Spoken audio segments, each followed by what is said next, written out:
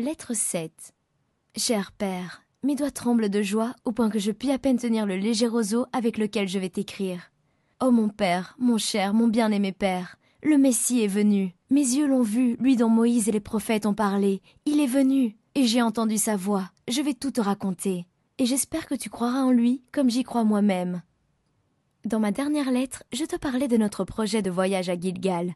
Jean, le fiancé de Marie, devait nous y retrouver et nous accompagner au Jourdain, car il ne pense qu'au prophète et ne parle plus que de lui. Il ne perd pas une occasion de l'entendre de nouveau. La route de Jérusalem à Jéricho est peu sûre ces derniers temps. Un chef de bandits, Barabbas, tient depuis 1 an la campagne contre les Romains et pille les caravanes. Il a même eu la hardiesse de se jeter sur bon nombre de ceux qui allaient au désert pour entendre le prophète et de les dépouiller de ce qu'ils possédaient. C'est la raison pour laquelle Rabbi Amos accepta l'offre qui lui fut faite par le centenier romain d'une escorte chargée par le gouverneur Ponce Pilate de surveiller la route de Jérusalem à Jéricho et de prévenir les attaques des brigands. Il en coûtait à la fierté de Rabbi Amos de penser que pour entreprendre un paisible voyage dans sa propre patrie, il dut avoir recours à une escorte romaine. Hélas, jusqu'à quel point d'abaissement en est venu notre peuple. Mais il faut que nous courbions la tête sous le joug que Dieu nous a imposé. Au lever du soleil, après nous être prosternés sur la terrasse, le visage tourné vers le temple, et avoir mêlé nos prières au parfum du sacrifice matinal, nous descendîmes dans la cour pour nous mettre en route. Rabbi Amos nous prévint que le jeune centenier romain nous attendait hors des murs de la ville, près du pilier d'Absalom.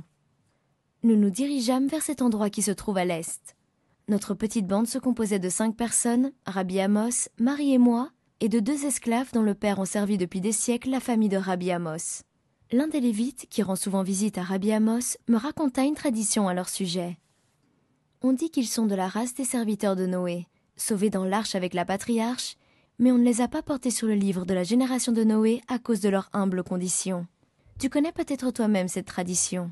La matinée était claire et joyeuse, et le soleil baignait de sa chaude lumière toute la ville de Jérusalem et ses environs. En suivant la route qui mène à la porte des brebis, nous passâmes devant la demeure du grand prêtre Caïphe que j'aperçus debout sur le balcon de marbre de son splendide palais. Il n'avait pas encore revêtu sa robe splendide aux pectorales garnies de pierres précieuses, ni la tiare royale qu'il porte dans le temple. Il avait seulement une ample robe noire retenue par une légère écharpe blanche. Sur sa chevelure noire, il avait placé la coiffure rouge que portent les prêtres, si bien que sans sa haute taille, son air autoritaire et son regard perçant, je ne l'aurais pas reconnu. Il adressa la parole à Rabbi Amos, qui s'inclina respectueusement, puis je m'inclinai à mon tour devant lui comme devant le représentant de Dieu sur la terre. Un peu plus loin, nous rencontrâmes un convoi venant de la campagne au-delà du Cédron, conduisant des mules chargées de cages pleines de tourterelles et de pigeons destinés à être vendus pour les offrandes du temple. Mon cœur était ému à la vue de ces innocentes petites bêtes, et à la pensée qu'elles seraient offertes pour les péchés d'Israël, je sentais le rouge me monter à la figure. Qu'il est triste de se dire que nous sommes si coupables devant Dieu que ces victimes innocentes doivent périr à notre place. Avant d'arriver à la porte des brebis, nous vîmes un pauvre aveugle tenant en laisse un jeune agneau. Il portait aussi sur sa poitrine un couple de tourterelles. Rabbi Amos, qui le connaissait, s'informa où il allait.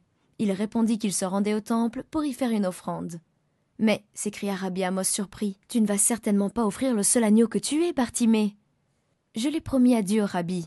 Je ne puis manquer à ma promesse sans commettre un péché.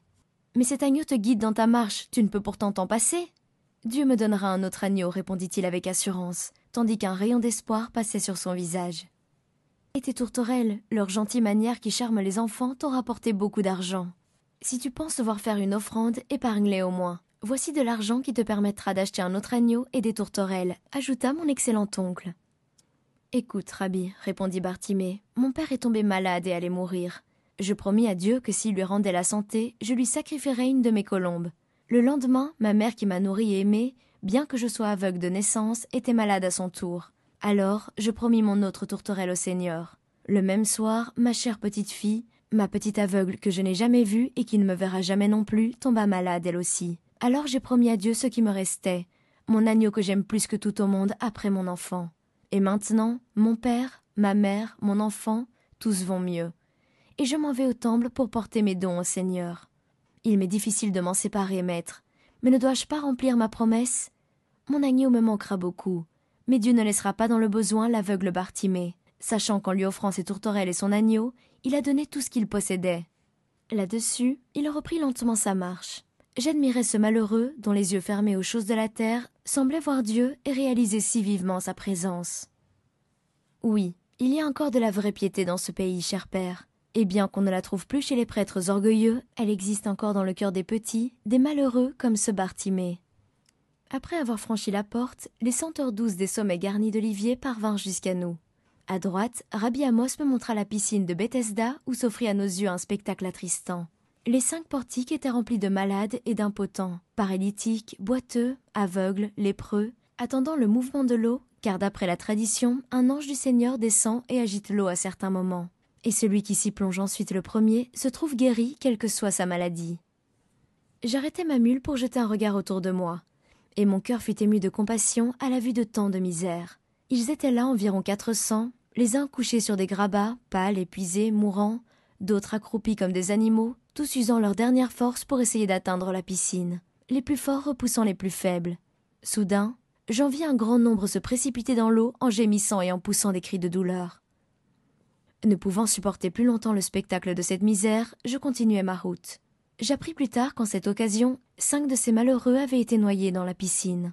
« Comment se peut-il, demandai-je à Rabbi Amos au moment où nous atteignions les bords du Cédron, que l'œuvre d'un ange puisse causer tant de confusion et exciter ainsi les plus terribles des passions humaines ?»« L'attouchement de l'ange donne à l'eau cette puissance miraculeuse, me répondit-il.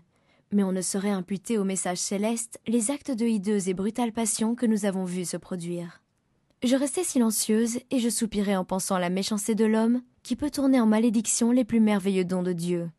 Nous suivîmes le cours du torrent jusqu'au pilier d'Absalom. Je me rappelai alors l'histoire de ce jeune prince égaré.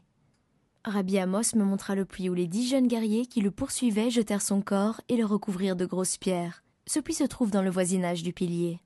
Comme chaque coin de Jérusalem a de l'attrait pour moi, il me semble vivre au jour de ce passé lointain et voir se produire tous ces grands événements historiques qui firent la gloire de notre peuple. Nous allions franchir les limites de la ville quand nous entendîmes le pas de quelques chevaux. Aussitôt parut le jeune sentinelle romain à la tête de sa troupe. Émilius avait l'apparence d'un jeune prince et ses armes étincelaient sous les feux du soleil.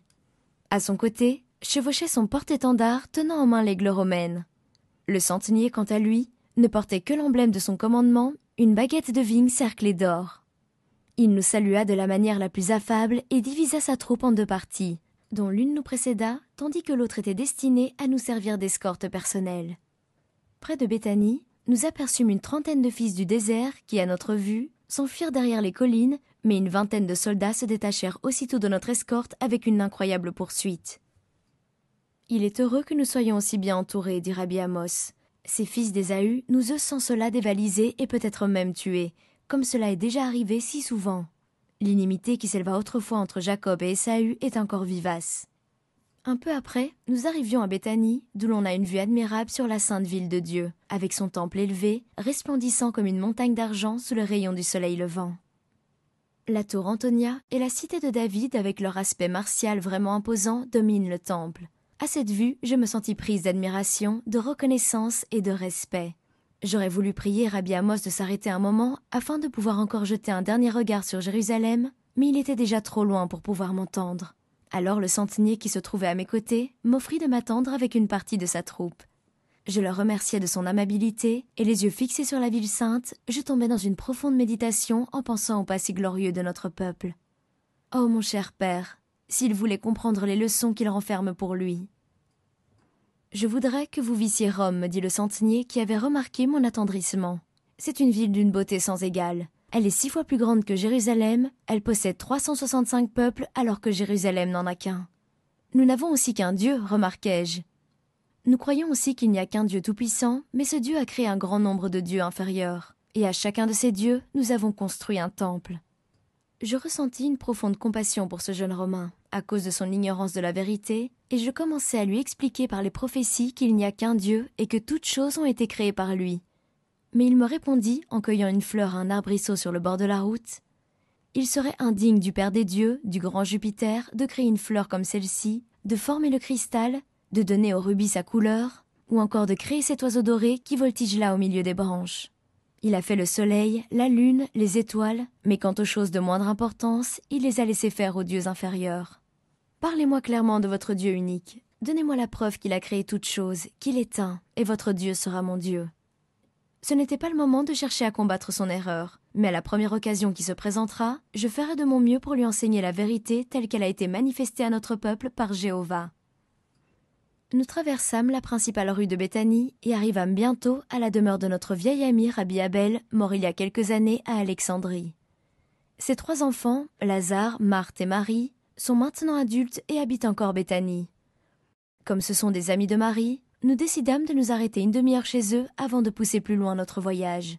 Leur demeure est une petite maison basse où semble régner le bonheur et la paix la plus parfaite. Ils vinrent souhaiter la bienvenue à ma cousine, et quand ils entendirent mon nom, Marie, une grande jeune fille de 22 ans environ, le visage empreint d'une expression de grande bienveillance, m'embrassa avec effusion. Il me sembla que je me trouvais dans les bras d'une sœur. Elle me présenta ensuite son frère, un jeune homme d'une trentaine d'années, au visage mâle, intelligent, qui respirait la bonté. Je t'ai déjà parlé de son caractère dans une de mes précédentes lettres, je n'y reviendrai donc plus. Sur le seuil, Marthe, la sœur aînée, vint au-devant de moi, s'excusant de ne pouvoir offrir mieux que cette humble demeure à la riche héritière d'Alexandrie comme elle me nommait. Je me jetai à son cou et l'embrassai si tendrement que sa confusion disparut rapidement. Cette famille fit une grande impression sur moi. Chacun de ses membres a un attrait personnel, et je crus vraiment avoir trouvé dans ces 3 autres un frère et 2 sœurs. Marthe se mit immédiatement à préparer des rafraîchissements et nous servit bientôt un repas simple mais réconfortant. Marie et Lazare, assis près de moi, me firent une foule de questions au sujet d'Alexandrie, s'informant à diverses reprises si j'avais vu la tombe de leur père. Quand je leur dis que sur ton désir, j'avais soigné les saules pleureurs qui entourent son tombeau, tous 2 me serrèrent si chaleureusement la main et me remercièrent avec tant d'effusion que j'avais comme eux les larmes aux yeux. Comment te donner une idée de l'attrait que Marie exerce par sa délicate beauté et surtout par la douceur et l'amabilité de son caractère. Marthe, la sœur aînée, a plus de vivacité et son extérieur en impose davantage. Elle est gracieuse et a le port d'une princesse. C'est elle qui semble avoir assumé tout le souci du ménage. Lazare s'entretint longuement avec Rabbi Amos qui l'interrogeait avec le plus grand intérêt au sujet de Jean le Baptiste que Lazare a visité au désert. Après le repas, Marthe me montra 3 magnifiques broderies qu'elle a faites pour le nouveau voile du temple, car les 2 sœurs gagnent leur vie en travaillant à l'aiguille, et Lazare en transcrivant la Torah, la loi et les psaumes pour les prêtres. Il me montra sa table de travail et les rouleaux des lois qu'il avait en main, les uns à moitié, les autres entièrement terminés. Il me montra aussi une copie du livre d'Ésaïe, qu'il venait d'achever après un travail de 107 jours. C'était admirablement transcrit. Je vis aussi un rouleau destiné au feu, parce qu'une des lettres contenait une faute.